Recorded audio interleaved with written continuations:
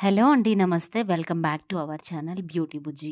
ఈరోజు మనము healthy baby recipes చేసుకుంటూ ఉన్నాం కదా! అందులో భాగంగానే కంటికి, ఒంటికి ఎంతో మేలు చేసేటువంటి ఈ ఫుడ్ రెసిపీ ఎలా తయారు చేసుకోవాలి? ముఖ్యంగా పిల్లలకి జలుబు, దగ్గు, జ్వరం వచ్చినప్పుడు నోటికి రుచి లేకుండా ఏమీ తినడానికి కూడా ఇబ్బంది పడుతూ ఉంటారు. అలాంటప్పుడు ఇటువంటి ఫుడ్ అనేది ఇస్తే చాలా బాగా తింటారండి. ఓకే. ఇప్పుడు ఇందుకు కావాల్సిన ఇంగ్రీడియెంట్స్ చూసేయండి. అల్లము, క్యారెట్, టొమాటో, అలాగే 2 వెల్లుల్లి, జీలకర్ర, మిరియాలు, కరివేపాకు. నెక్స్ట్ ఒక బౌల్‌లో సేమ్ క్వాంటిటీ ఒక గుప్పెడు బియ్యం తీసుకున్నామంటే అదే క్వాంటిటీతోనే ఒక గుప్పెడు కందిపప్పు.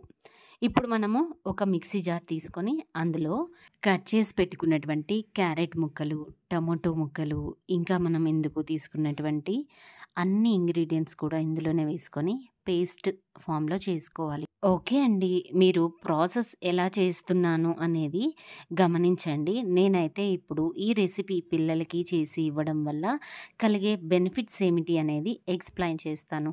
క్యారెట్ అలాగే టొమాటోస్‌ని మెయిన్‌గా ఇందులో మనం ఉపయోగించాం కదా! వీటిలో vitamin A, vitamin C and vitamin K ఉంటాయండి.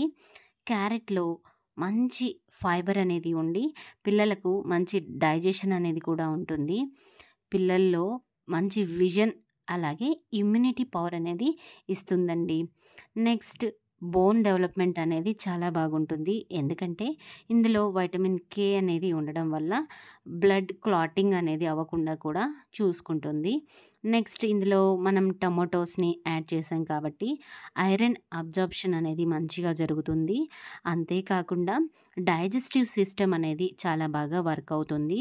అంటే అజీర్తి సమస్య అనేది పిల్లలకు రాకుండా మంచిగా జీర్ణం అనేది అవుతుందండి. ఇంకా ఇందులో మనము జీలకర్ర, కొద్దిగా మిరియాలు, 2 వెల్లుల్లి, అల్లము ఇవి వేసాం కాబట్టి మంచి డైజెషన్ అనేది అవుతుంది. పిల్లలకు ఎటువంటి స్టమక్ ప్రాబ్లమ్స్ అనేటివి రాకుండా ఉంటాయి.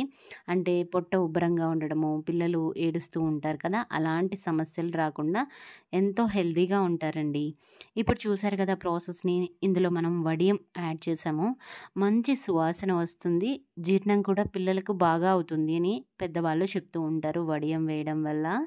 నెక్స్ట్ ఇప్పుడు ఇందులో మనము అన్నీ యాడ్ చేసేసుకొని వాటర్‌ని ఫైనల్‌గా వేసుకుంటూ ఉన్నాము. చూడండి చాలా రుచిగా ఉంటుందండి. ఎక్సలెంట్‌గా ఉంటుంది. ముఖ్యంగా ఈ సీజన్‌లో పిల్లలకి జలుబు, జ్వరాలు, ఫ్లూ ఇట్లాంటివి ఎక్కువగా వస్తూ ఉంటాయి కదా! ఏం పెట్టాలి అని అర్థం కాదు అసలు మదర్స్‌కి. అలాంటప్పుడు ఈ విధంగా క్యారెట్ అలాగే టొమాటోతో కలిపి ఒక మంచి రైస్ ఐటెమ్ అంటే ఇదేనండి. నిజంగా మా పాప కోసమని చేసి పెడితే మా బాబుకి బాగా ఇష్టమైపోయింది ఇది.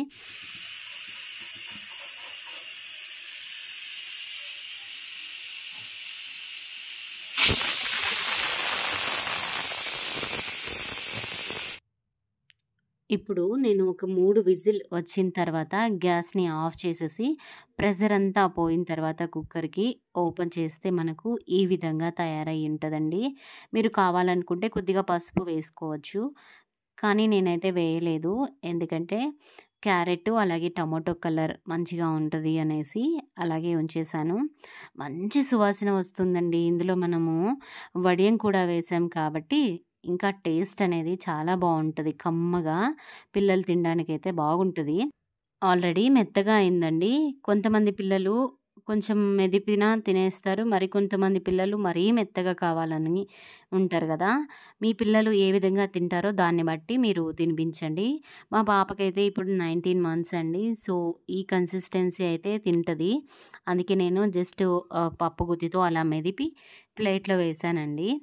చాలా టేస్ట్‌గా ఉంటది. ఒక్కసారి ట్రై చేయండి. తర్వాత మీరే చెప్పండి మీ పిల్లలు ఎంత బాగా తింటారు అనేసి. ఫైనల్‌గా నెయ్యిని యాడ్ చేయండి.